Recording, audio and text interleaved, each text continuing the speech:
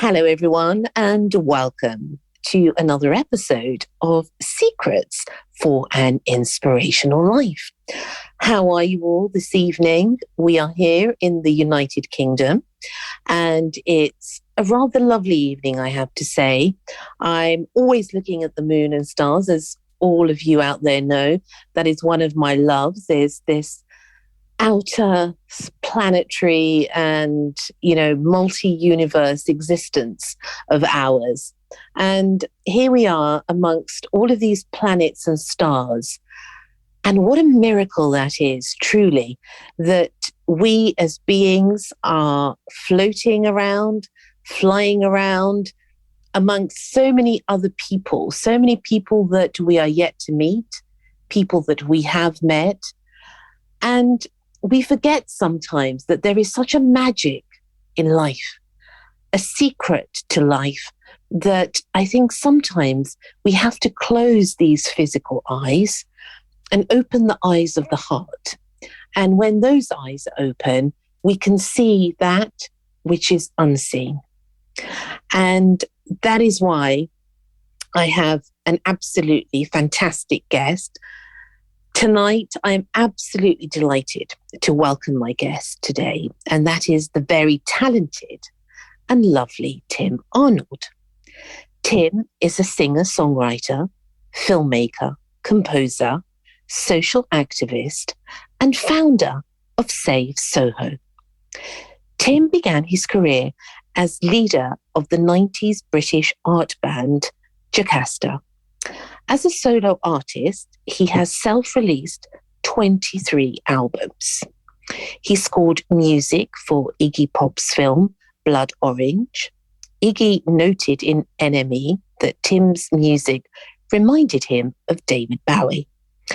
Tim has been mentored by Bowie mentor Lindsay Kemp, which resulted in their collaborative multimedia project What Love Would Want. He's widely recognized as the first songwriter to write and release a concept album about London's Soho district, 215's The Soho Hobo, which was BBC London Album of the Year. The project led him to create Save Soho, a coalition of performers, including Stephen Fry and Benedict Cumberbatch, that campaign for Soho's historic role as a national platform for the performing arts. Tim performs and speaks internationally, gracing major stages, institutions, and festivals, and is an ambassador for international mental health organization, the Creative Well. He also mentors young music creators. Wow. My goodness. Today, he shares his fantastic life story. Welcome, dear Tim. Oh, wow. And it's like a cosmic version of This Is Your Life. Your beautiful sort of, opening about the universe, of the stars and the planets. And then suddenly my little strange life of whatever it is that I've been doing while I've been on the planet. It's lovely. Thank Your you. wonderful life, your wonderful life. Yes. It's sort of now you have sort of the stars have shone brightly for you. Oh, that's very kind of you to say so. Wow. I hope you're Oh, right. how are you, dear Tim? I'm good. I'm good. I mean, I'm very good actually in terms of the strange times that we're all living in. I think I could complain, but I'm not going to, because I know I'm a lot better off than many others. Yes, that's a that's a little bit tricky, isn't it? Whenever you ask anybody at the moment, how are you? And I don't know whether also that's a British thing where people will just say, fine, it's okay. Or they will say, actually, it's rather rubbish. Well, It's a tricky one, isn't it? Yes, I mean I'm quite un-English in those ways. Yes, I'm me always the too. first. I think most of my friends, they're always. I tend to say everything that's wrong first in my life to most of my friends when I see them. But the truth is that as I've got older, I realise just Yeah, just very. Where I'm fortunate is in many ways that so many others are not, and I think leading any kind of creative life is a fortune and a blessing anyway, because you get to invent one part of your life all the time, so you don't have to be 100% connected to what's happening externally. Actually, that's very true. It's a saving grace. And I think that's why Some in other some other people might call it fantasy, but it doesn't matter. it's kept It me doesn't going. matter. Yeah. Fantasy is not a bad place to be sometimes, I have to say. Well, It's a saving grace. it's good. It's good to have both, isn't it? Yeah. Yeah, absolutely, absolutely. And they always say about, musicians and writers and poets and such and artists, they are always sort of one foot here in this world and another foot in another world or two. And that's why they are actually, through times, you probably know all this, Tim, but they're feared the most because they're the ones who can open people's hearts. Yes, indeed. I think that's. I think if you're open to I don't know, a more multi-dimensional view of life, then I think that's very true. And if you're stuck in the consensus reality of the material world and of um, the kind of world that many of us have to really engage with at the moment, sadly, it's easy to forget that there really is another side to life that has nothing to do with the kind of stuff that we hear and experience through the news channels and the media and the expectations of Mm, society. Yeah. yeah, it's true. And that's why artists are actually, they are much needed lifesavers, whether that be through music or art or writing, whatever it is. People need that. They need to believe in the good and in the fairy tales and in the power of music. That's something that's always going to be, I think, a necessity for mankind. Yeah, it's funny when you say that. It reminds me of John Lennon's one of his quotes. I think right at the end of the '60s, around the Mhm. early '70s, and he was very succinct about saying, "Yeah, well, last year it was all you need is love, and this year it's give peace a chance," and it was. I loved his matter of fact kind of. Yeah, I'm creating slogans that give people hope. You know Yeah. him and Paul McCartney, of course. But yeah, and that was my starting point. That's all I wanted to do when I started writing songs, was just give hope through, slogans and choruses and things that people could sing along to. Now, what an excellent opportunity for you to tell us where it all started, this fantastic and amazing career of yours and life. How did all this begin? Oh, good. Oh gosh. Well, how did it begin? For me, well, I come from a theatrical family, and we'd say a pretty working class theatrical family. I think my mother would probably describe herself as a jobbing actress and jobbing singer. And certainly that I grew up with that. I didn't grow up with as much fame and celebrity that I sort of accidentally wandered into later in life.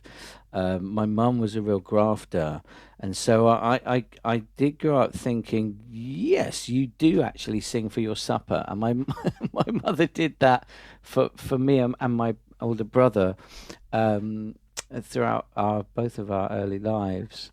And I was very overwhelmed by it because my mother's an enormous character and being and larger than life and would light up a room whenever she was performing or just walking into a room. Mm, And so that made me, as somebody that was already imagining creating things, very very shy and introverted, which continued really until I was about 16 or 17, to be honest. But I'd started writing songs when I was about 11 or 12.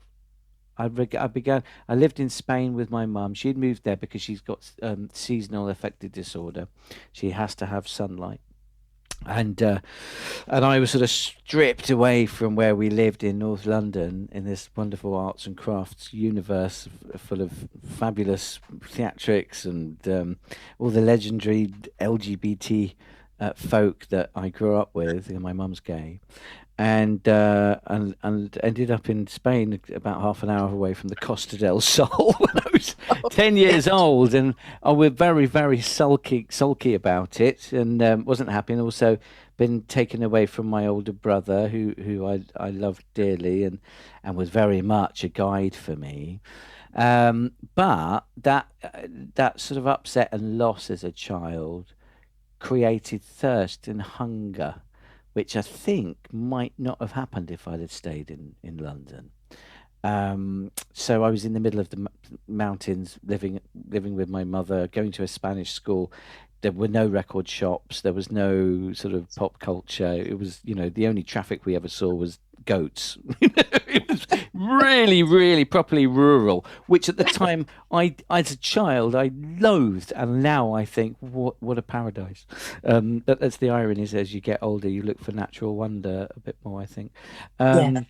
And I started listening to records and connecting with music on a very deep level, I suppose, when I was 12. And actually, I was attacked by a bat walking home from school, and it got stuck in my hair, and I was Oh screaming. No, dear. it was about 11. I was screaming outside someone's house, help, help, help. Yeah. And this lovely man called Roland came out of his house. This is in Spain, a little sort of expat urbanization. Yeah. Hmm.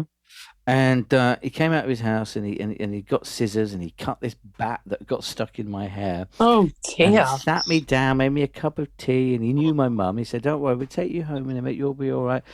Have a look at the records and put some music on if you want." And I was looking at these records, and I picked out "Tubular Bells" by Mike Oldfield.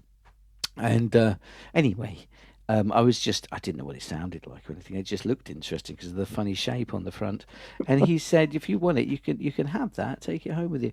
So I did. So in the midst of this fearful and this fearful state of shock, I went home. He explained to my mum what had happened, and I went into my into my bedroom and put on that record, and it changed my life. And I realised that even if you were on your own, you could make a lot of music. that was that was the thing, and I Yes. and I and within weeks I'd learnt how to multi-track myself using an old bashed up double cassette machine.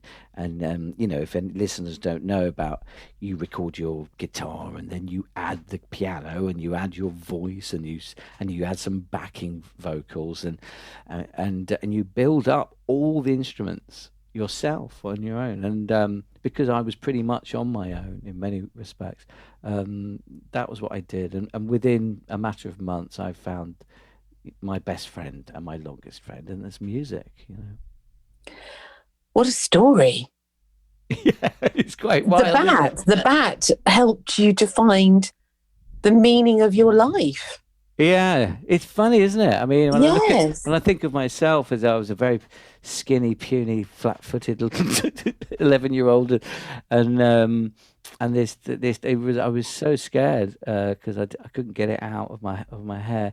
But if I look at it now and think, if that hadn't have happened, I wouldn't have discovered Mike Oldfield. I wouldn't have known about multi-tracking and multiplying yourself into a recorded universe, which now I think for many young people is not such a big deal, but at that time to me it was amazing, just magical to be able to duplicate yourself and your creative idea, so that you weren't just one color, you were the whole spectrum if you needed to be. How beautiful. How beautifully you put it, Tim. That is so true. It's somehow in the greatest of disaster sometimes that we think of in life is that we discover, the reason for our being. And that takes you throughout your life. And although sometimes it's rare, of course, but tell me, was your childhood up until that age, did you have any inkling of what you would like to do as an adult? Um, Not until I was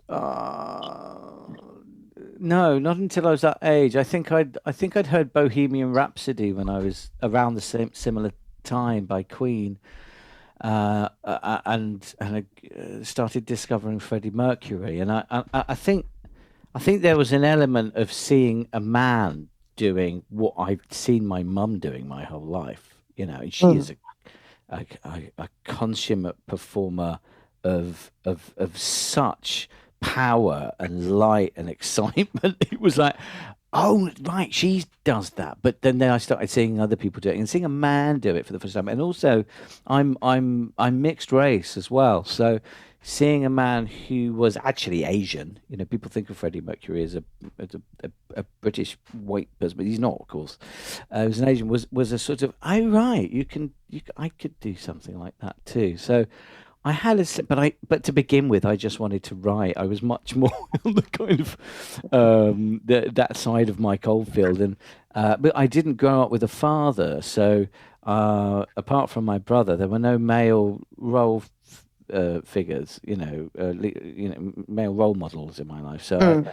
I was very much looking out at the popular culture in that sense, and Freddie Mercury was one, and Midge Ure was another, and Mike Oldfield was the safe bet to start with, which was a very shy and retiring person who wanted to make their music alone and not really have to Yeah. engage with anybody else. So I started off like that, but I never knew I'd end up doing what I have done, which is, to be honest, crosses into entertainment as well. I never wanted to be an entertainer, but I ended up becoming that as well. Yeah. So how did that happen? Because I know that you were the leader of the band Jocasta. Mm. How did that all come into play? Was that your big break, so to speak?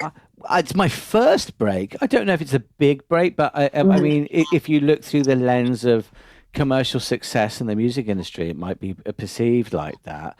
But yeah, I mean, my way out of Spain, or living in the middle of nowhere with my mum, was, I left school when I was 13 and said, I'm going to homeschool mum until you let me go back to England. So I was so determined. Of course, she never thought that I would stick it out for 6 months, but I did. And I created my own timetable and got friends to send books and worked English hours. I mean, My goodness. it was a really precocious, annoying Mm. 13-year-old who was saying, well, if you're not going to let me go back to England, I'm going to do everything English here. So I would finish, my schooling at 3:30, which was different to Spain schooling hours. If they finished at 5. I was determined, and I was obsessed with Celtic mythology and druids and Glastonbury and the Arthurian tales. What am I doing on the Costa del Sol? This isn't right. And like I said, I feel differently about it now because it's such a beautiful part of the world. But at that time, I just wanted to find the Holy Grail and then sit in front of it and make music for it. That was what was in my head. And eventually, she let me go back, so I started at school, at a Rudolf Steiner school, which sounds very posh, but They're fantastic schools. it's an amazing school that I was lucky to audition for it, and my mum begrudgingly, I'd say begrudgingly, she supported me throughout the whole transition, and when that was hard for her, in fact, hard for any mother, just kind of letting go of your child at 13 and Yeah. saying, okay, and she had to stay in Spain. She couldn't be happy in the UK, and I was growing in a way that I needed to be close to the culture that I knew I was going to be involved in somehow, and so we both sacrificed a lot, I think, in severing our ties at that young age, for me. And anyway, I boarded with families who either taught at the school or had pupils at the school.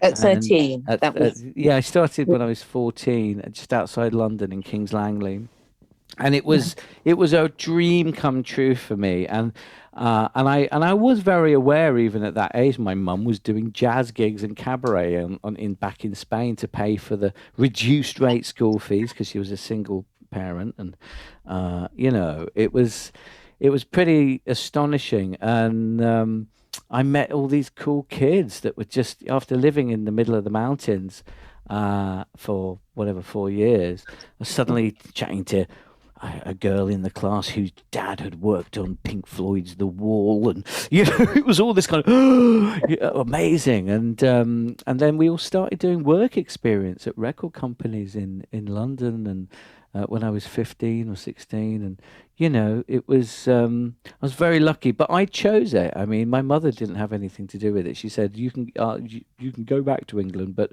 you'll have to do it. You'll have to arrange it yourself because I don't want to have any part of you leaving me. So she kind of Oh, she removed herself from the guilt of it all, I suppose, sensibly, and let me be responsible for it, which was also a bit complicated at 13, but not well, sure. it's actually quite extraordinary, Tim, that you had this courage and this power of spirit to do such a thing. That must have been very scary.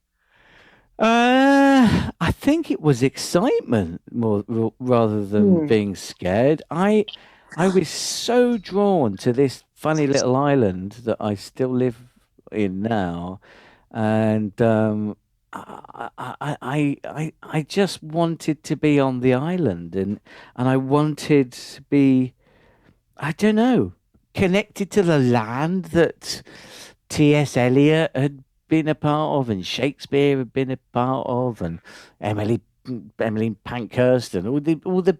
Yeah, I was obsessed with British history, and Hmm. in the 60s, and didn't seem fair. My mother was a bit of a 60s it girl and presented Ready Steady Go and danced with the Beatles and the Scene Club in Soho, and I was like, what am I doing here?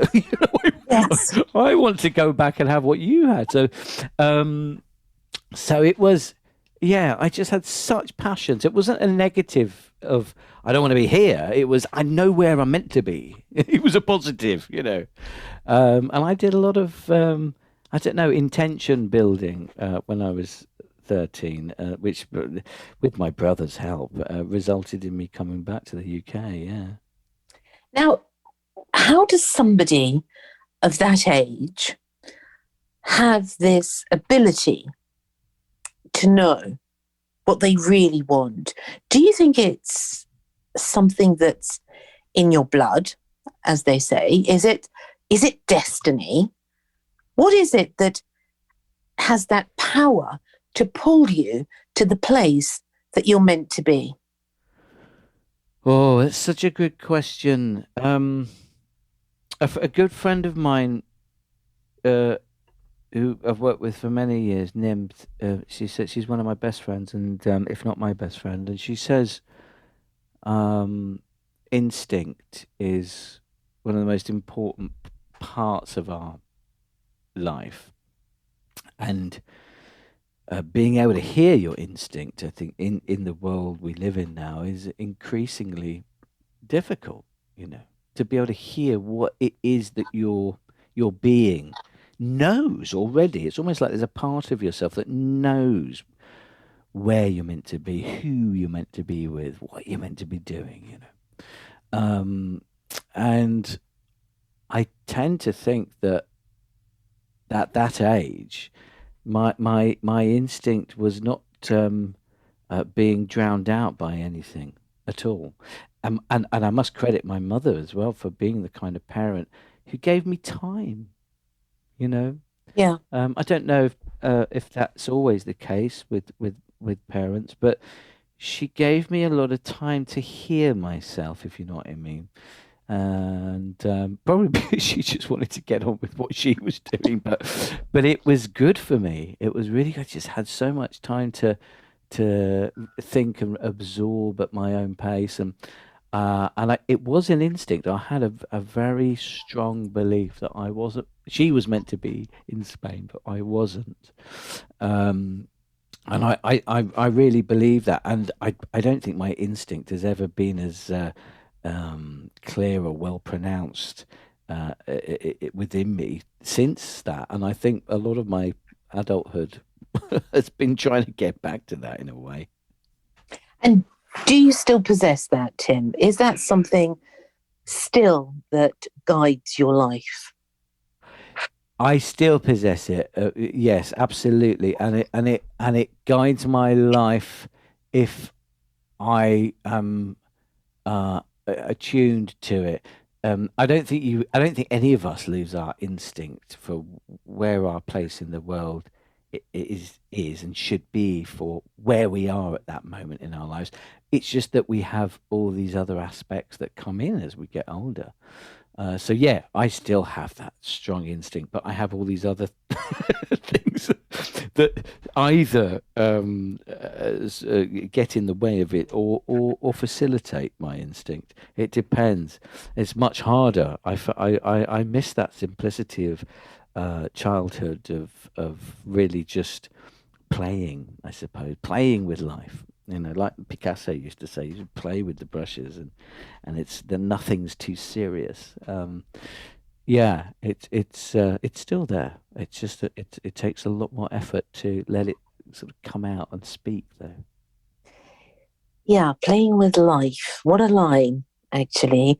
That is, I suppose, one of the mystical parts of life that we as adults tend to forget. And somehow that inner child of ours that never really grows up is always searching for something that allows us to play, whether that be with other like-minded people that we meet and we can suddenly feel young again.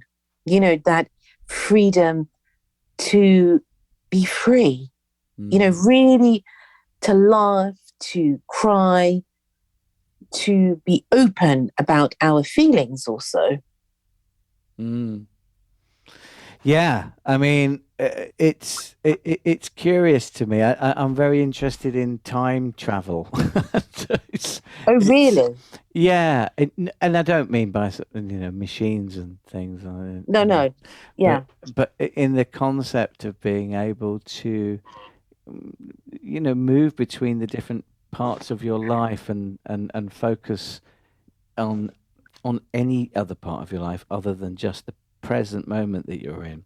And yeah, I've got a lot in the last couple of years, a lot out of going back and going Hmm. forward as well. And I mean, it's funny. I'm not somebody that takes psychedelic drugs, but I'm, I get along with people that do. They do. Yeah, get along very well with people that do. Yeah. Yes, because they seem to make sense what they're talking about, actually. I Yeah. know that feeling. Neither do I. But yes, I do know, here and there, people that do. And it pretty much makes sense what they're saying to me. Yeah. Yeah. I don't Mm. think I don't think there's any one way to live life anymore. I used to. I'm pretty typical Cancerian in that respect, and sort of Mm. uh, just having to go this way, that way, um, and I do that in my work without apology. In life, I'm trying to sort of become more flexible all the time because I realise that that the whole purpose of growing and being free and being able to play that you have when you're younger is to do with a lack of attachment to time. Yes. Have you ever had that feeling or that experience? And I've had it quite a few times in life where suddenly you're standing at the point of wherever you are. For example, we're standing in the moment of the now.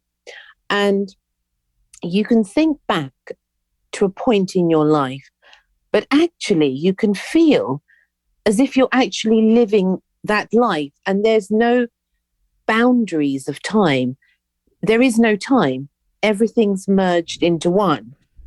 Yeah, very recently that happened to me. That was it. Isn't that strange? Yeah. A year ago, I began it was I think the third lockdown in the UK.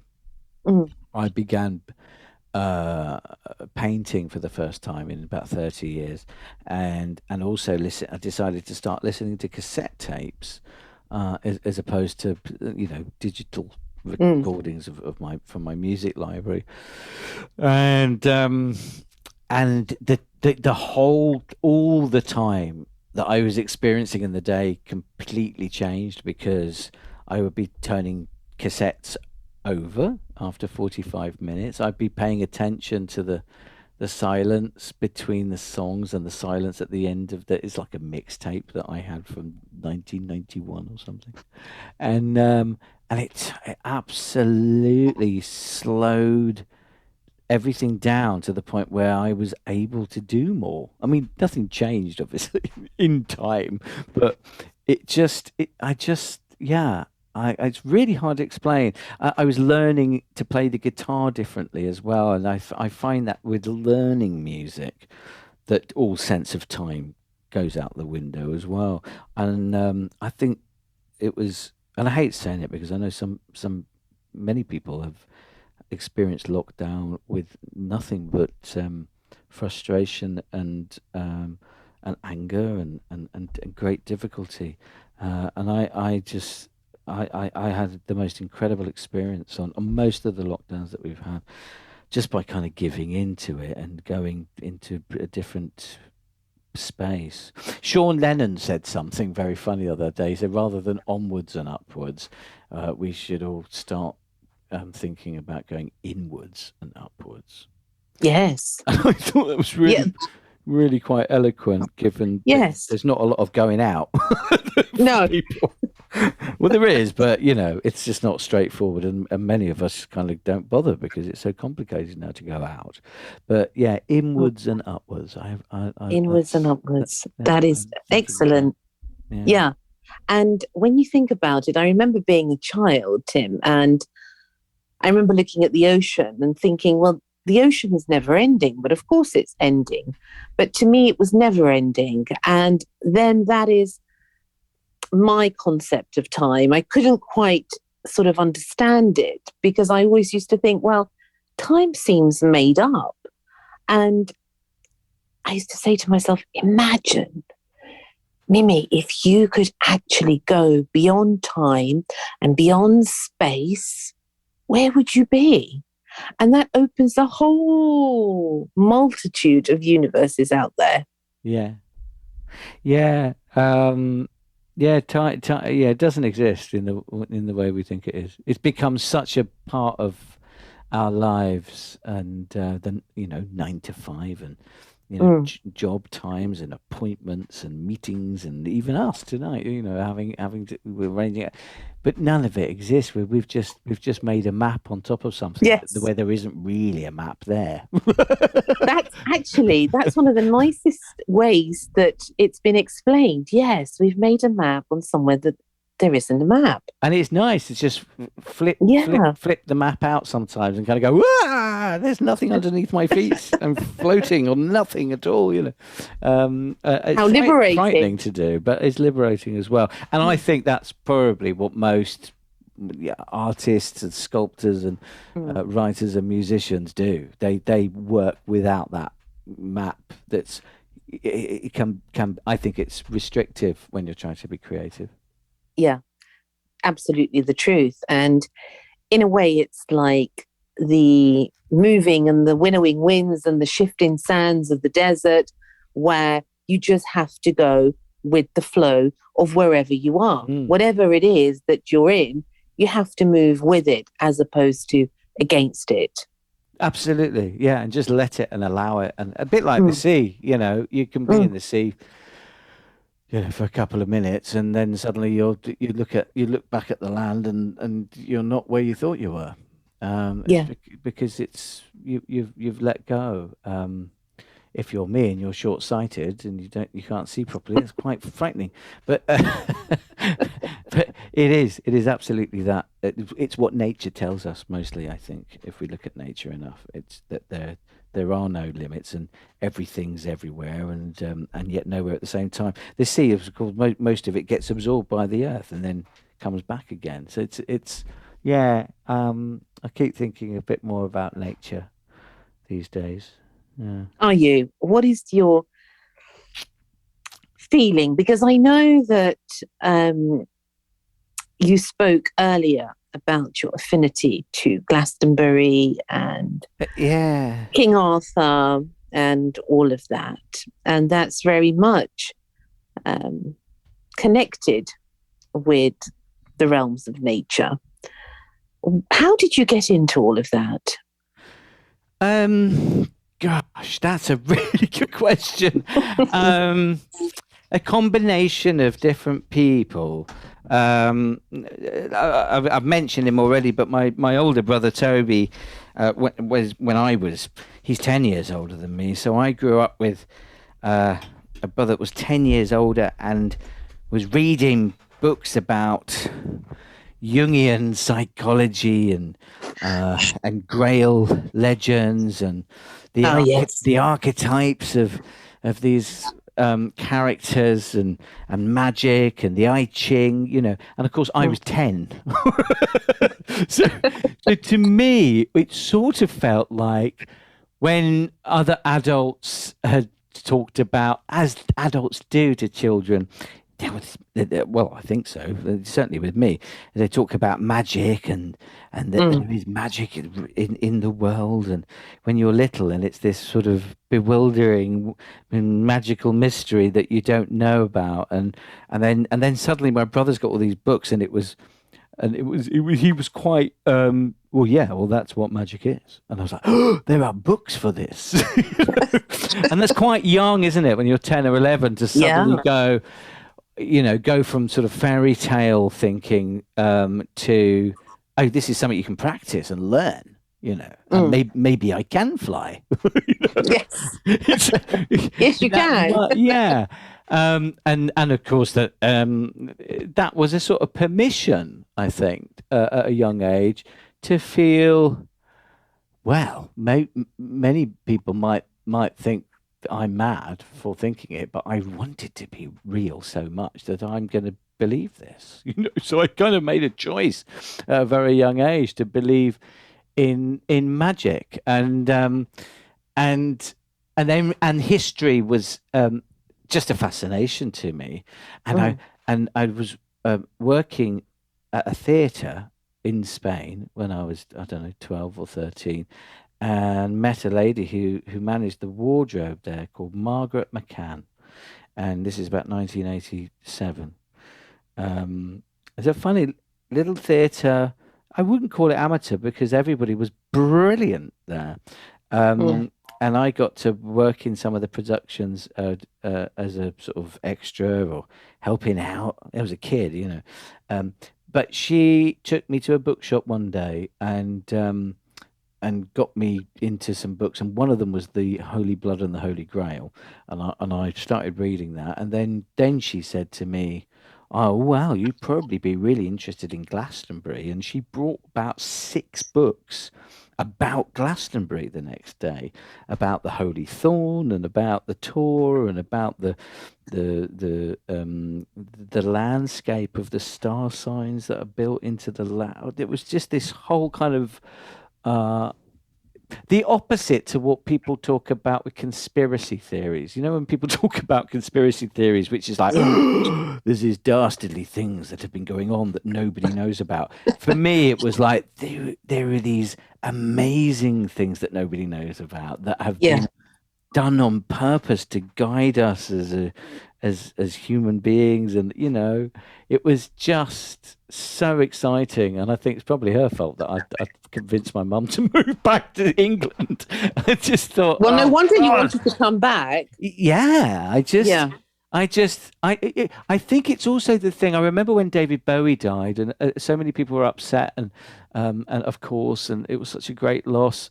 And my feeling on it was, but I feel really lucky I was alive at the same time as somebody like that.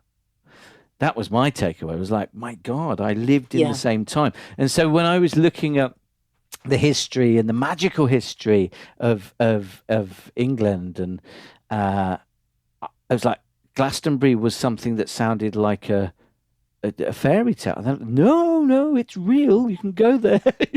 So I started making pilgrimages to Glastonbury when I was 13, and still do.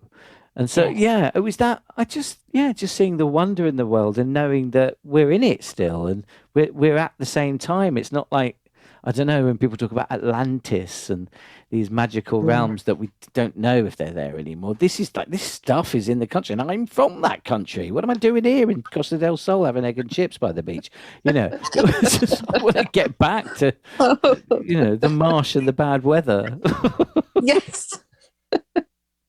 And have fish and chips at home watching the TV. Quite, yeah. Now, have you ever been to Cornwall? Is it Yeah. Petergel? What is that like? Well, that's funny. I lived in Cornwall when I was, I think, 2 years old for Hmm. about maybe 6 months or something. I don't remember it. But I always wanted to go to Tintagel, and Yeah. I went there for the first time in 2020 with my partner Kate. She took me there, and Oh, yeah, I found that was a how really was it?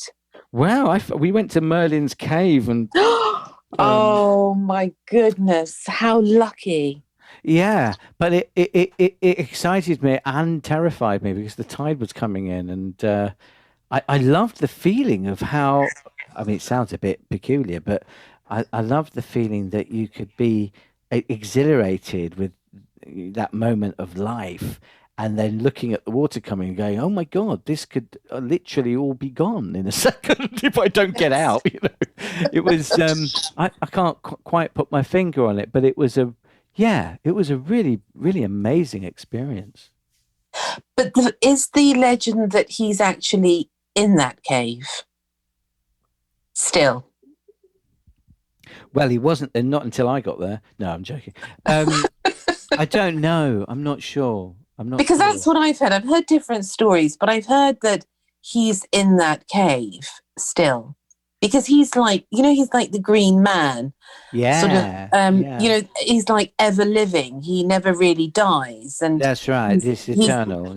Yes. yes. And he's waiting for a time on Earth to come back. Do you believe that? I believe in it in it being maybe a metaphor and a symbolic expression of the way humanity evolves. I'm not sure if it's a real man or something like that, but I do think a lot of those mysteries, and it's like a bit like King Arthur, the once and future king. I think this is such a fascinating idea of somebody that was. I mean, and the real King Arthur was a Roman king from the 7th century, and not that, but the legend that was written Yes. about by Mallory was such an interesting idea. This once and future king, that it was, Yes. and it can't, and I think it was very much based on the Christian story. I will say Christian, not Catholic, and this beautiful idea of a kind of a light that unites other beings together that will come again. I love it. I love the hope in it. Doesn't matter if it's a man or a woman or a king or whatever. I just like that energy suggestion. It's beautiful. And you're a little bit magic, aren't you, yourself, Tim?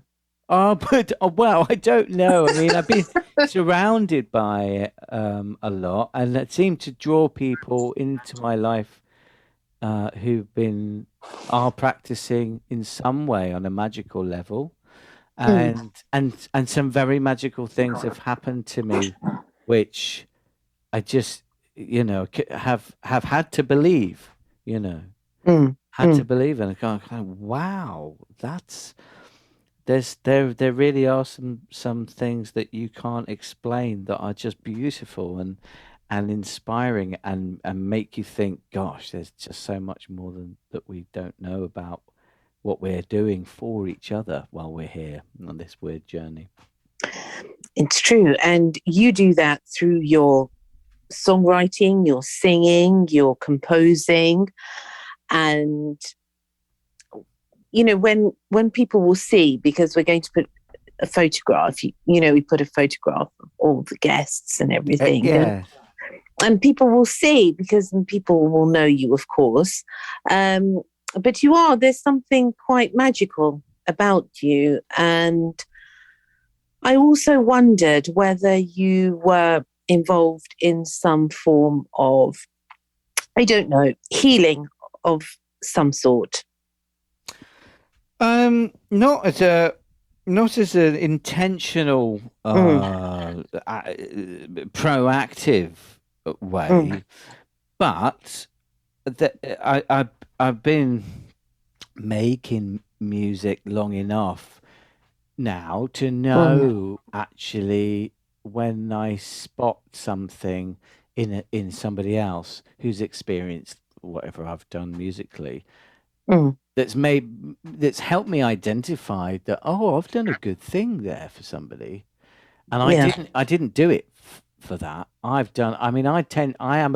slowly growing into the slightly mad, short-sighted professor bumbling around in his strange magical space, just trying to make things work, and slowly seeing that, oh, there are some people that have got something out of this in a way that I'd never imagined. And the hardest thing has been not to try to sort of go down that road and go, right, this is now what I do. I go out and touch people and heal people by, making things. And I'd never talk about it because it involves other people's stories and other people's lives, but there's been some things that have just made my jaw drop about songs that I've written or music that I've made, and what effect that's had on other people. And I suppose, given the fact that I work outside of the music industry, I don't work with, inside that realm. That's why I've carried on doing it, because there's many times I thought I can't do this anymore, because I've coming from a showbiz family and really believing you have to make money out of this, and I do sometimes, but mostly not. So I think those occasions where I've noticed that whatever I've done, that I was doing because I love doing it. There's a lot of love in the work. So much love in the work I do. I don't have children, so I imagine that most of the love that parents have for their children, I've got no less love to give. I just don't have kids to put it into. So it really goes into music. I've done a lot of kind of anthemic songs, because that's what I'm drawn to with songwriting. And I build everything on the idea of with John Lennon and Yoko Ono doing, singing at the Montreal Hotel with all the people together. I just think everyone together, everyone in the room, let's get everyone. But I don't have that, obviously, because I'm an underground sort of person. But I really believed it, and then to suddenly meet people that it had made a difference to, and I just thought, wow, that's just. I got it to do something there, and it felt magical when the people that were talking to me about it would, don't know, they were looking at me like I was thinking, who are they looking at? They're not looking at me, they're talking to me like that. It was sort of wonderful in the way that I guess celebrities and stars have a similar thing when people meet them, go, oh, I loved your film, and oh, I loved your song, or whatever it is. But this was different. This was, I loved that you did that, and it was a tool that we used. It was like, wow, it was really beautiful. And it's those things that yeah, when life is hard with music, you think, nah, I'm gonna keep doing it, really, because I'll always do it for myself, but it doesn't mean you have to do it publicly, of course. But I think, you have to do it in case that happens. That sort of thing might touch someone. You should be really proud of yourself, Tim, because that's quite a remarkable story that you have just shared with us. Thank you, because this is it. And I love this. What would love what is it? What love would want. Yeah, it was very much an My idea goodness. that I wanted to personify love as the person because Mm, because mm, obviously for gay couples, where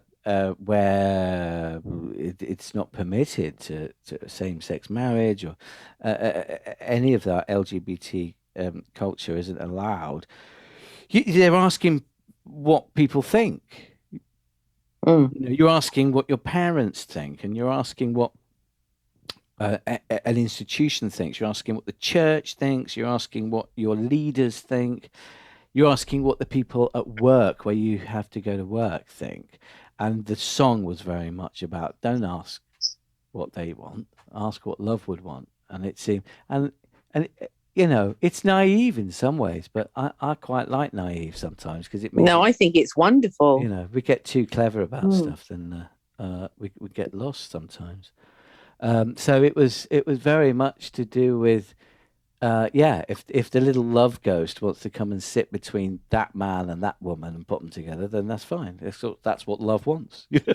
And I if love that. and What if love would the want. little My love spirit goodness. decides to jump between two men or two women, that's what love wants for them. And let's leave it up to love instead of all the other stuff that we keep getting sort of bombarded with. I think it's not naive at all, actually, Tim. I think it's the essence of life, love. If only we would ask that question of ourselves every day in Yeah, everything that we did, I think our yeah. life would be completely different. Yeah, yeah, me included. I'm not. I'm just trying to do that still. It's hard. That's the Yeah. other thing, of course. You write when you sometimes you write songs and go, and people did say when you play it live or whatever, and they're like, "Oh gosh, that's such an amazing idea," and blah blah blah. Mm. You just feel terrible because you can't live by it all the time. Well, we can you try. you can aspire to it. I Yeah. aspire to all the things Yes. that I write, Mm. um, but the ideas and the sort of I don't know the utopian dreams that I end up channeling with a lot of my songs, they come quicker than my ability to follow the rule. But Yeah, you're trying. This is the thing. And in always trying. all Yeah. of that you're doing is actually through love. Like you said at the beginning, it's love that's motivating you. When you think about somebody or you look at people in love, Tim, or when we feel love, you know, we are different people. We are our true selves at that Mm, point because love is guiding us. yeah, yeah, and I think that's one of the things. Going back to my mother again, is that, and she's seen me go through ups and downs in terms of what we might term as a career. And my God, and it always comes back to her advice, which was, um, you just don't know who's out there listening to what you're doing. Yeah. And because I haven't been in, with record companies or TV or that sort of um, uh, area, that realm, it's not been where I've been working. I work with people. There's nothing between me and my music and the people that hear it, really. Mm. Especially now that I've left Spotify.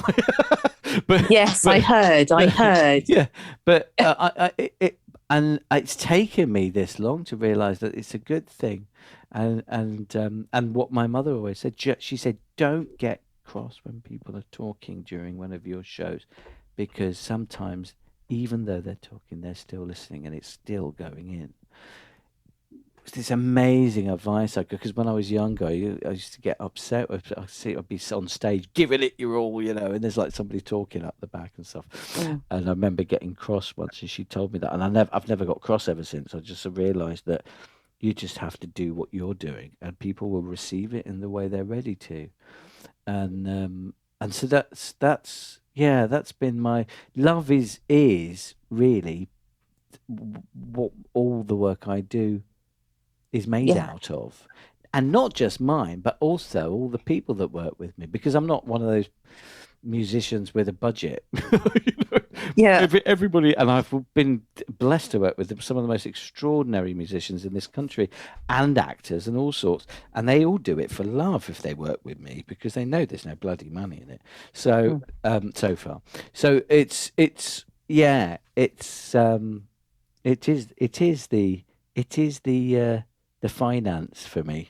Love is the finance. That's the Yeah, ultimate payoff, I yeah, think. yeah.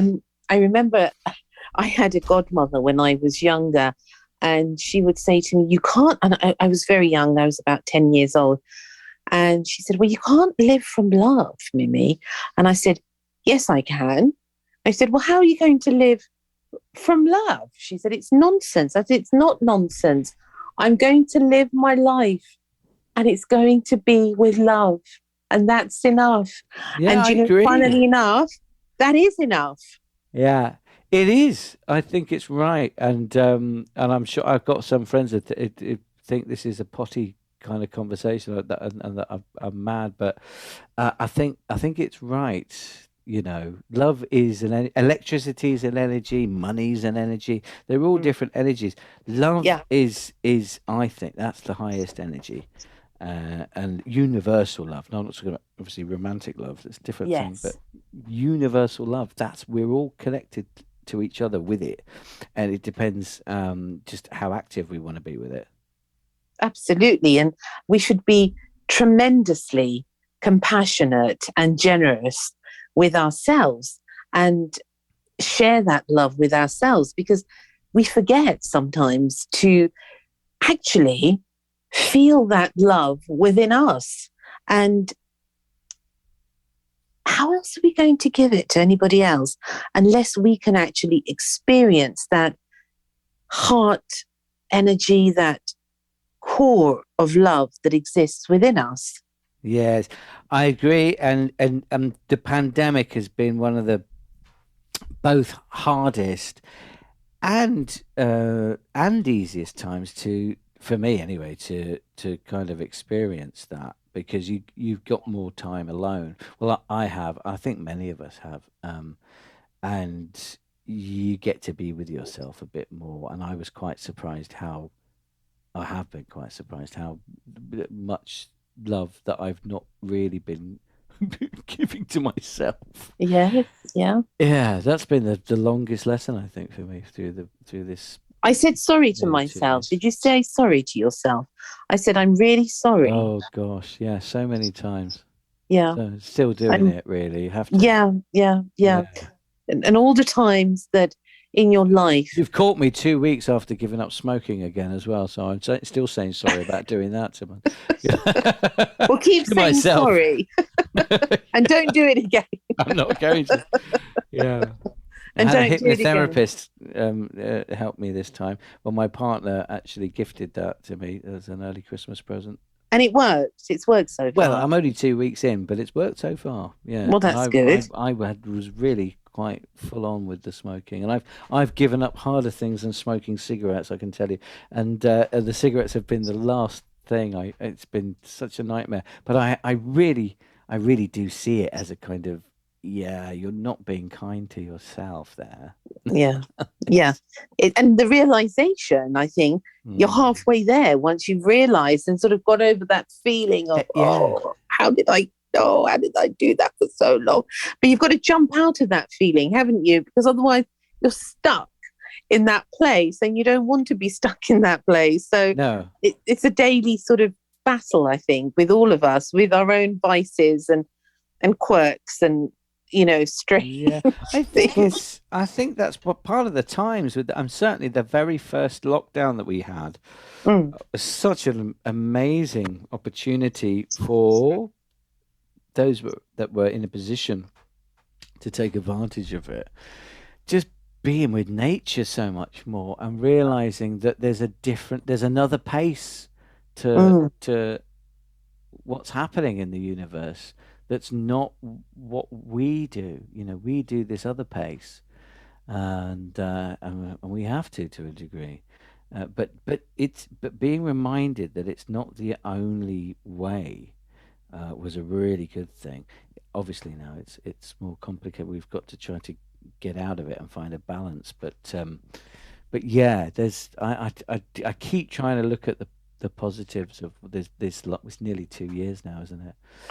I can't believe that actually, that it's Mm, been, in a way, it's like the blink of an eye, and yet in another way, it seems lifetimes. But you're right about the nature, because I remember as a child growing up on a farm, and everything made sense then, because my yes. grandfather had this farm, but he would plant everything. And of course, there's a season for everything, and you would watch it grow, or you'd be disappointed if it didn't grow, but you couldn't plant it at one particular time and expect it to grow at another time.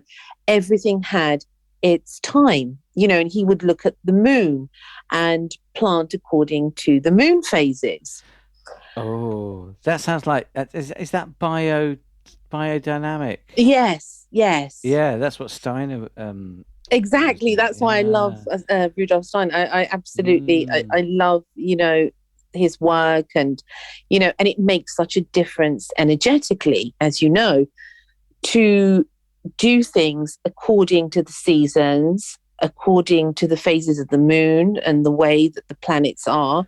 Well, It, yeah, it makes sense, it doesn't it? totally makes sense, and I think it makes sense to musicians a lot because it's the same with making music, where there are certain points in a piece of music, if you're four or five or more people playing together, there's a moment you do something and there's a moment you don't do something.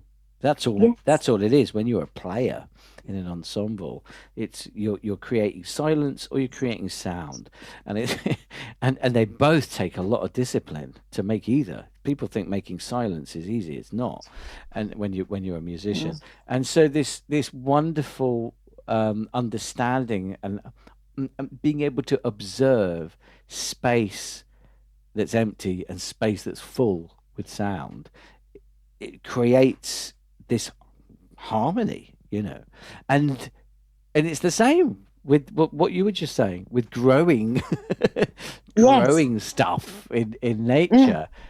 If you don't observe all the elements at play, then you can't create the harmony. And we are so far removed, Tim, from nature.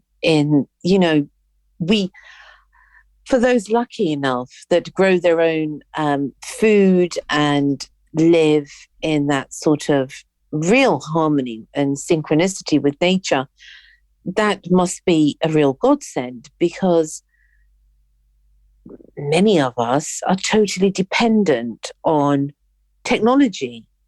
We Mm. spoke about this at the very beginning before, we started the episode. And Yeah. that has made us slaves in a way.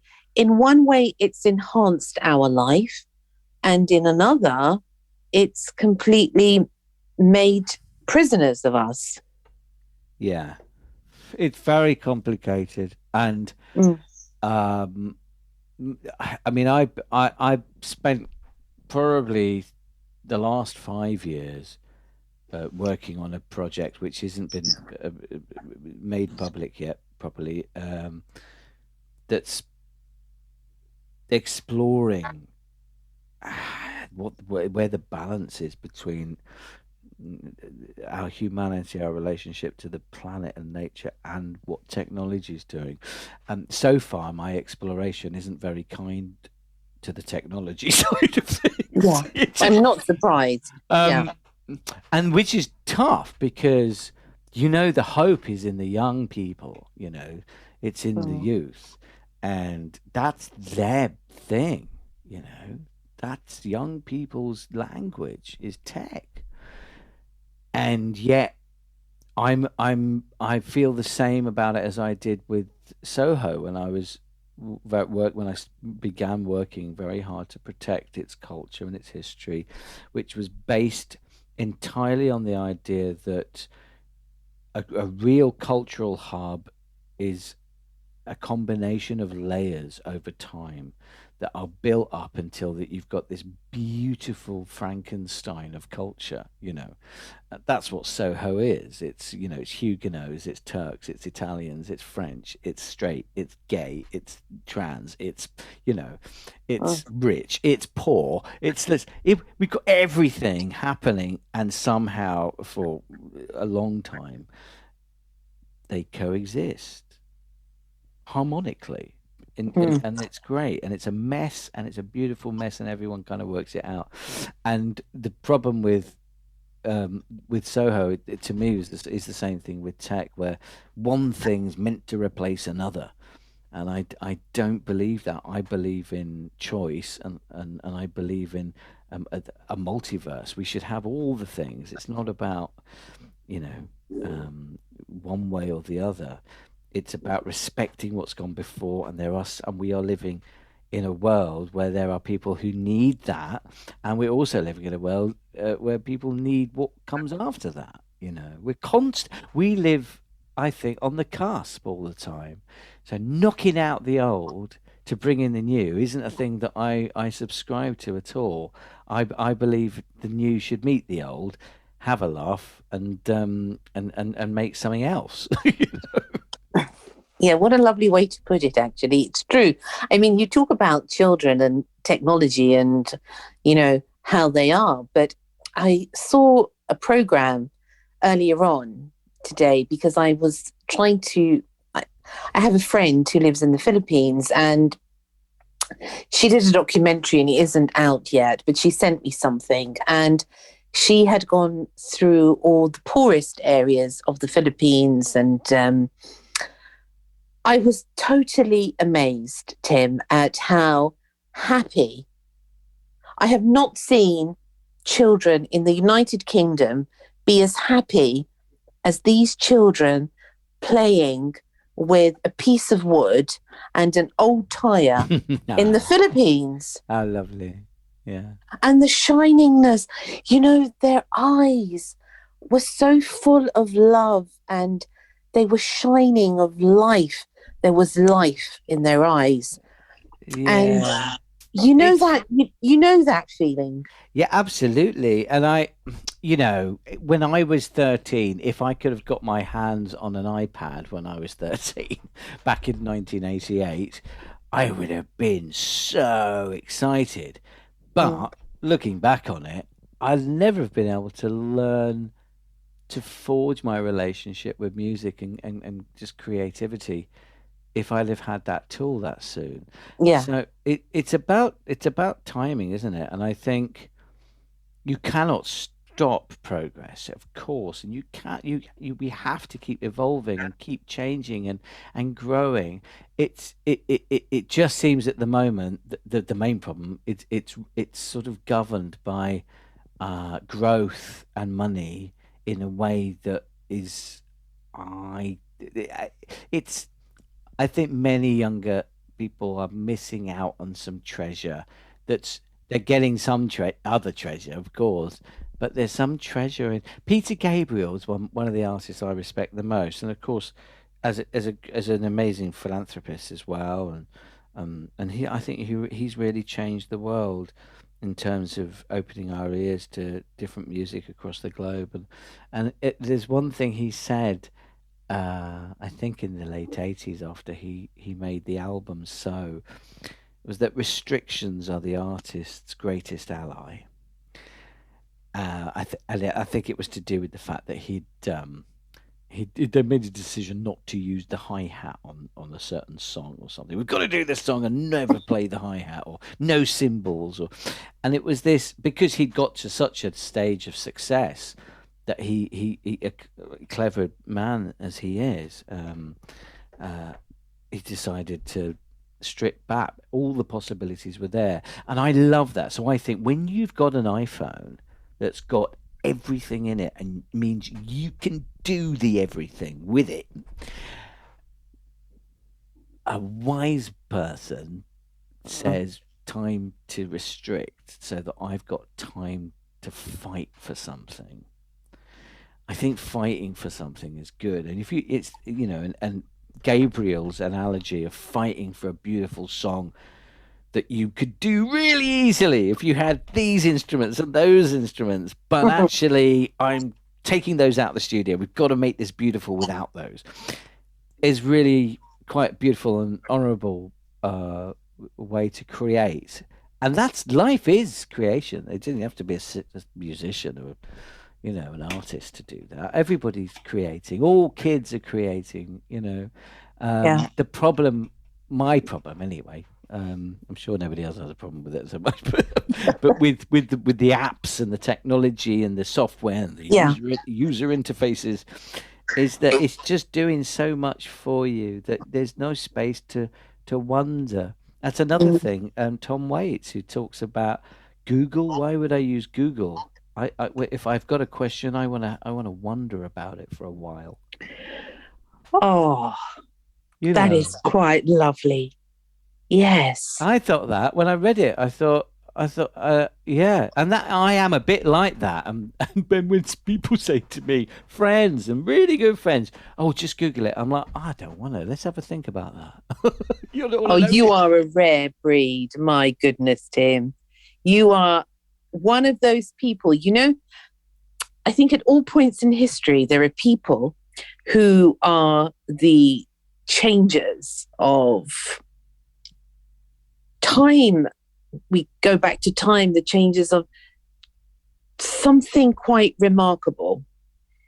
And there's a group of people like yourself who are different and actually sort of hear a different drum.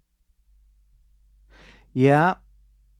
Maybe. I mean, maybe I hear the same drum, but I want it to sound different. Well, there could be that as well. But we need people like you. We need people that can see, really see. And I don't mean, see what everyone else can see and feel what everyone else can feel, but can be pioneers in a new type of world. I don't know. I really feel that with music, and I'm really talking about popular music now, I really feel that last end of the 20th century, where we have all this incredible artistry in music and invention and progression, whether it's the Beatles, Kate Bush, Pink Floyd, Barbra Streisand, punk, whatever it is, it's just all of them doing stuff that millions of people know about, millions of people buy, millions of people invest in. And I don't think the future is like that. I also don't think the future is to do with having access to all the music in the world that you get to care or not care about in your phone or device. I really feel that there's something else, and it's not dependent on the current system that we know as the music industry. I just don't think it's that, and that's what made me feel less frightened about leaving Spotify. How do you feel now about it all? I sort of think that I'm in the position to leave Spotify because I don't have affiliations or deals or agreements with companies or record labels. It's just me, Yeah. So I don't have to consider. I don't make vast amounts of money, but I do have autonomy, and I do have a way of curating my output in a way that I know when I'm gone that my output will be left in the state that I wanted it to be in, And so I'm in that position. I can just go, I don't want my music on Spotify anymore. And the reason was not just because of the unfair payment stuff, which may change at some point. I hope it does for my whole community, not just me. But it was just the idea that they were investing in defense companies, to invest in any company that it wasn't to do with. There were some other articles on the internet that said Spotify is investing in war, which is a very unnuanced way to say what they are doing. What they're really doing is putting $100 million behind the idea that war is something that has to exist. Mm-hmm. And that's what I didn't like. I thought if I had a spare $100 million, I'd probably invest it into building bridges for peace, which is a not-for-profit organization run by an activist called Joe Berry, who goes around the world talking to different people in the midst of conflict and trying to resolve their differences before civilians go to war. I'm like, surely, surely, if you're making millions of dollars from music, that's your first port of call before the AI company that can calculate how many meters away a tank is from another tank in Afghanistan. You know, Yeah, yeah.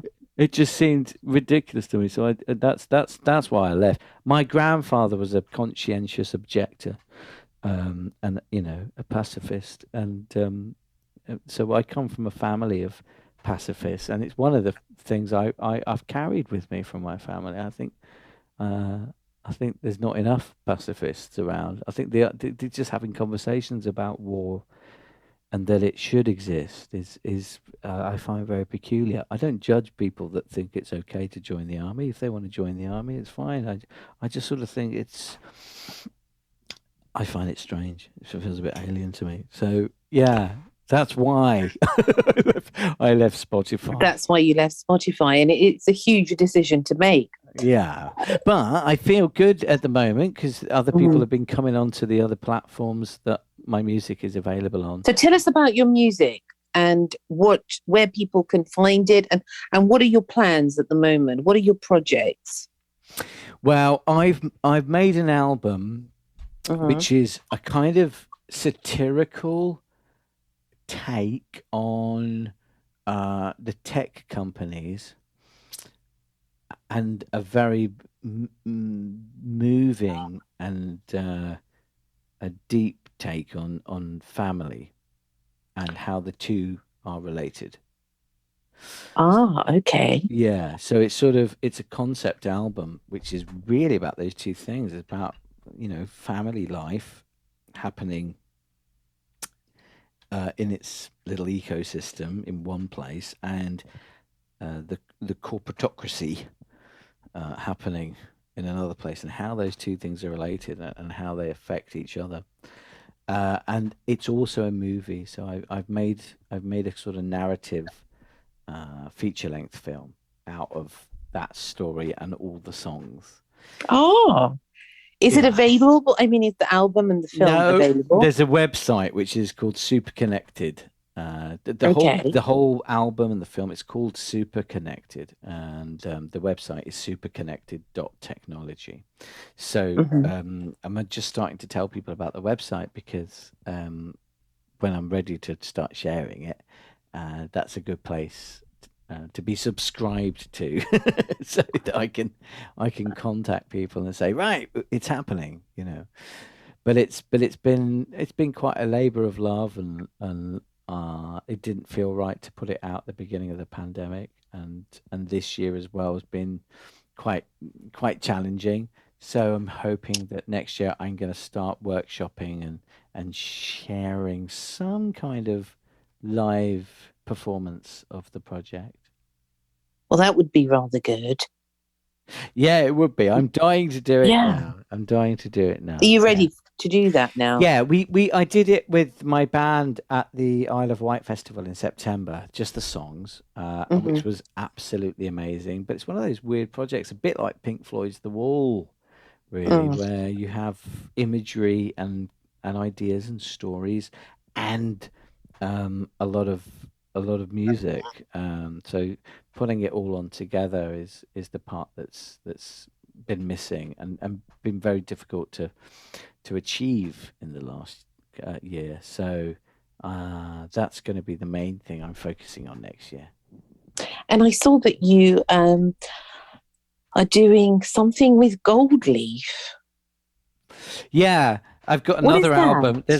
There's another album coming out in January, which is called Mm. Maybe Magic, um, and that was my lockdown project a Oh. year ago. So when I Mm. decided to write songs, relearn guitar, learn to paint again, all at the same time in two different rooms. So I was painting in one room and then leaving the paint to dry and coming and recording a song in the other room, and then going into another room and practicing guitar. And yeah, it was a kind of transform the upset of being restricted into a different sort of freedom, I suppose. Yeah. Inwards and what is it? Inwards and Yeah, upwards. Sean Lennon's thing. Yeah, Mm. inwards and upwards. So Inwards and upwards. yeah, and that album's coming out now. It's coming out in a couple of weeks in January. So yeah, so it's nice to share that. I hadn't intended to share it publicly originally, but I'm doing it now, and some people have pre-ordered. People are pre-ordering the album, which is really nice because I And didn't. where can they do that, Tom? Oh, the best thing to do to find my music is probably go to my Bandcamp page. So you can Uh-huh. just type in Bandcamp Tim Arnold, or my website, which is timarnold.co.uk. What a fascinating person you are, really. So many things. I'm still Oh, fascinated, Tim, about the bat and how yes. that transformed your life. It's just, at such a young age to have that. But it's also symbolic, isn't it? Because every animal has its symbolism. Yeah, bats are blind, of course, Mm, but have pretty extraordinary hearing. yeah. Which is interesting. That straight after that, obviously, my hearing became certainly more active. Yes, yes, yes, yes. um, Absolutely remarkable. yeah, it's a funny twist. A twist in the tale, so to speak. But Yes. do you have an affinity with them now, or No, I mean, no? no, but not really. I mean, I used to go to caves as a kid I used to go and chip quartz crystal in the caves in Spain, and there were bats Mm. in that cave. And what am I talking about? Yeah, you've just made me think of it, actually. I didn't even realize. So the monastery that I went to in Thailand is called Tam Krabok, which literally means the making in the cave. And the cave that it refers to is where the community of those Buddhist monks first settled, and and that is full of bats, and I've forgotten about Oh, that. And that's where I started my solo career. I wrote my first solo album there, and in fact, the first song that I wrote was in that cave. Yeah. there you Um, are. so yes, gosh, you've made me. Yes, I'm finding new threads that I hadn't realised were there. It must be some sort of a, I don't know, maybe you have some sort of an affinity with that spirit animal, With the bats. and that you don't realize. And it's something that through your life, you see, when you think about it. Um, I'm going to start reading about bats now, beyond Batman, of course, which I yes, which I love and have always loved. But yeah, I think you're right. I mean, spirit animals, cats have always been my spirit animals, and I used to have a snake as well. I like, did you? yeah, I like magicians' pets, but A dragon, for example. yeah, exactly. Still Yeah. looking for one of those, but I certainly need to have a look deeper into the bat thing Mm. now. You're saying that, yeah.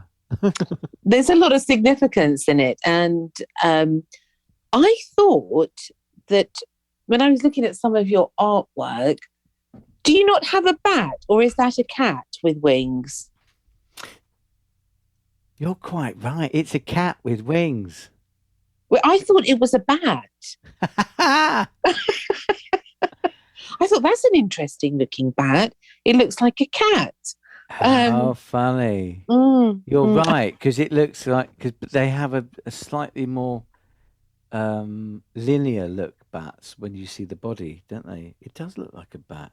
yeah, you know, I when you didn't stretch it, realise. not that I've stretched a bat out, of course, but when they're in sort of, no, on a Sunday, no.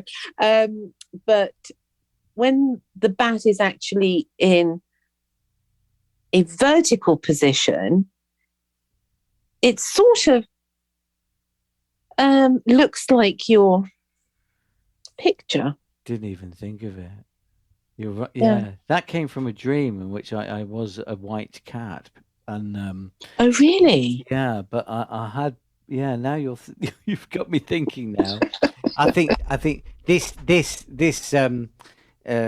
podcast was certainly meant to happen because I'm making notes now on things I need to research Yeah. about my own peculiar psyche. It's been amazing. It's amazing. I Yeah. thought it was the funny thing was when you know I was looking through all the art and everything, and then I thought he's got a gold gilded sort of bat. That's interesting. And then I sort of looked again. I thought, well, it sort of looks like a cat. But in my mind, I was 1,000% sure that it was a gold bat. How funny. Yeah. And then that's why when you said about your bat story, I thought, oh, How funny. Well, mm, that's yeah. Well, I think yeah. you saw something that obviously wasn't seeing. But But now you are. it makes perfect sense given my background. Yeah. Yeah. Kate, my partner, will be very, very smiling when she listens to Oh, this. will she? She'll be- yeah, she'll be like, aha, yes, yeah, yeah, yeah. You'll have to tell her. You'll have to tell her, or keep it as a surprise. Well, she's she's a deeply magical being. I think you two get along with each other very well as well.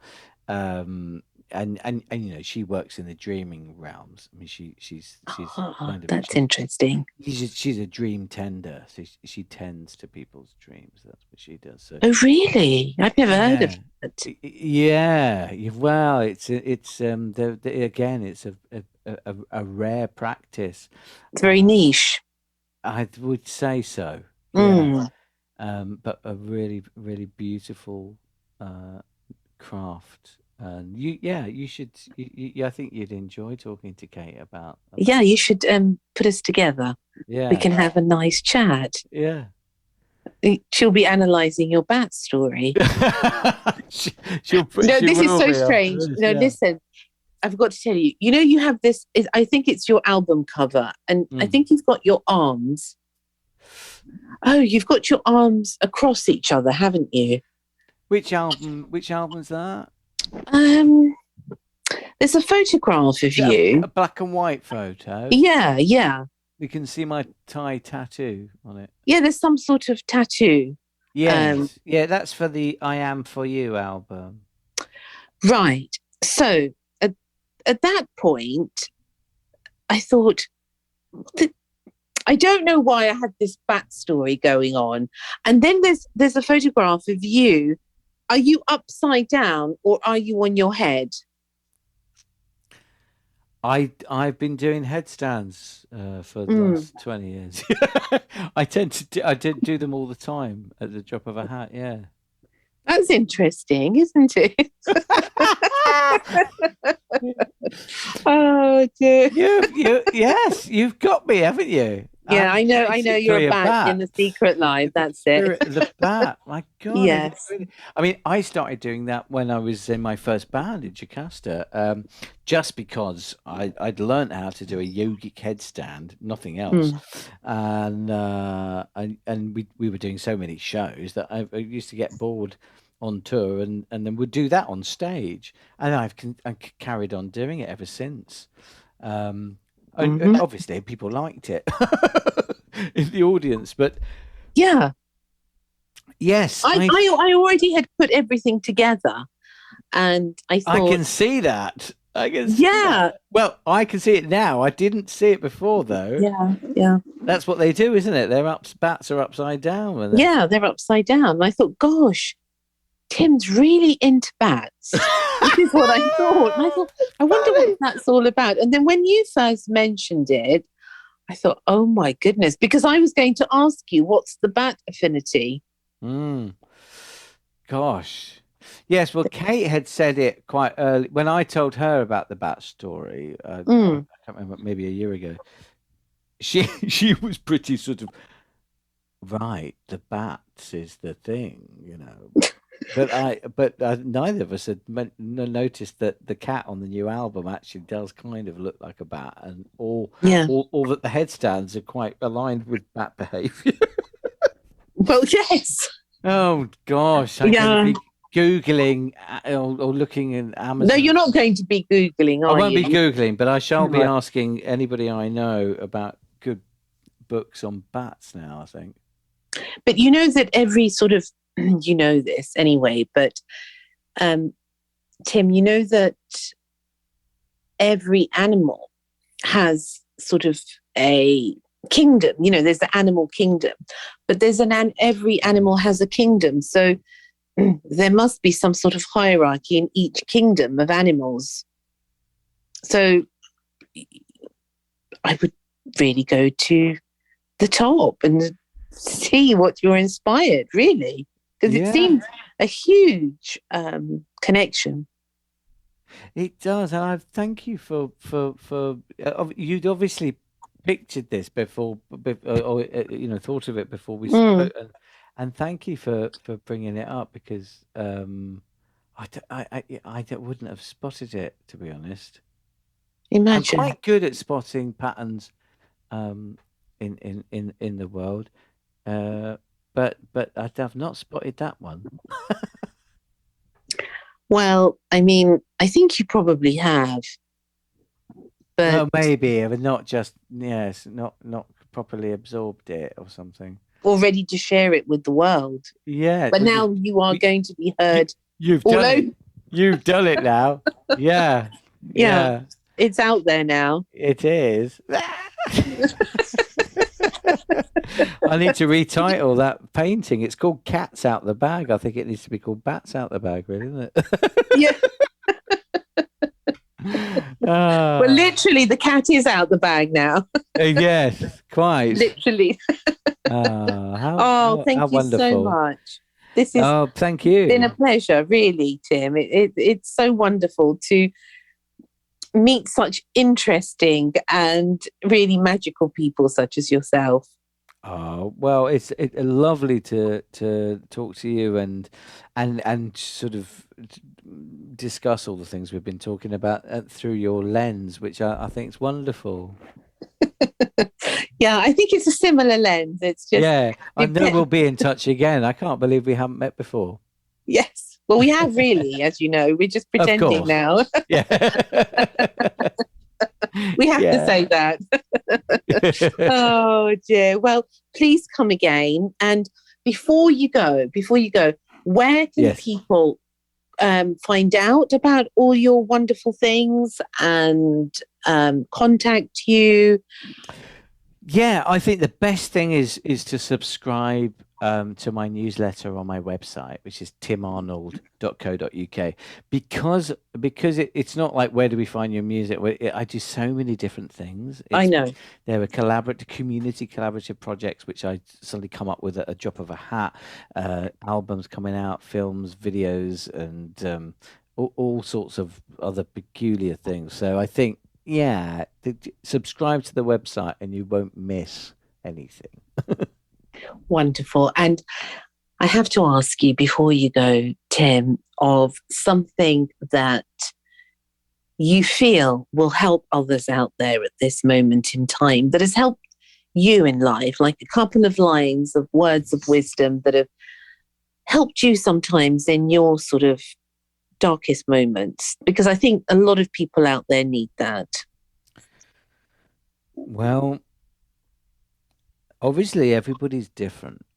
Mm, So, um, like I always feel it's always hard to say one thing that works for everyone.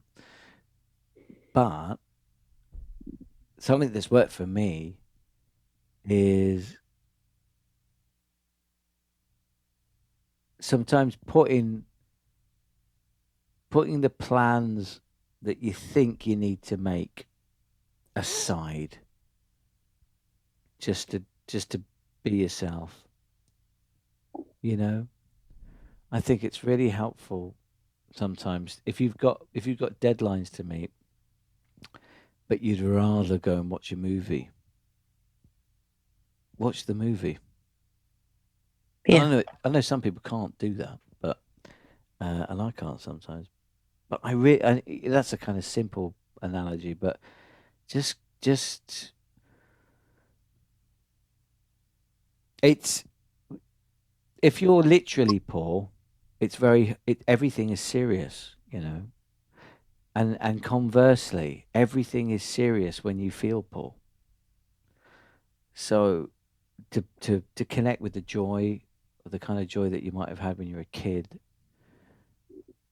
and just not face for a couple of hours or even a day, if you can, the stuff that you feel is important and must be, dealt with, or just letting go, because nothing really matters that much. And I know it does, especially when we're all struggling in our own ways, and we've all got struggles. But yeah, just being brave and going, today I'm not having this difficult bit of life. I want to watch The Wizard of Oz with my Yeah. with my daughter, or I want to go out and sit in the woods with my son, or whatever it is. Just cancel the routine. is the one thing I feel, if you can, uh, makes it easier to deal with the rest sometimes. It's such kind advice. Thank you so much for that. And I always used to do this, and sometimes I still do. And I put a flower in my hair, and it changes everything. Yeah, yeah. Mm, It's tiny little action yeah, makes all the difference, I think. yeah. Beautiful. Thank you again, Tim. And And thank it's you, thank you. beautiful. Thank you very much for such an effervescence of energy. And really, really, it was wonderful. Pleasure. I really enjoyed it as well. Thank you. And me too. Come again and get your girlfriend as well, Yeah, I think to make contact. I think she'd love that. Yeah. Yeah. All right, then take care, Tim. All right. All Thank right, you. take care. Bye, Mimi. Bye Bye. bye. Bye. Bye. Tim Arnold. What a fascinating gentleman. How lovely it is that we can meet so many people from across the globe together and share wonderful stories. Thank you, as ever, for joining me and my guests. Until next time, look after yourselves and lots of beautiful love. Thank you for listening to Secrets for an Inspirational Life, brought to you by your host, Mimi Novic. Please remember to subscribe to the podcast, and see you in the next episode. For more information about Mimi Novic and her books, music, and inspirational work, take a look at her website, www.miminovic.co.uk.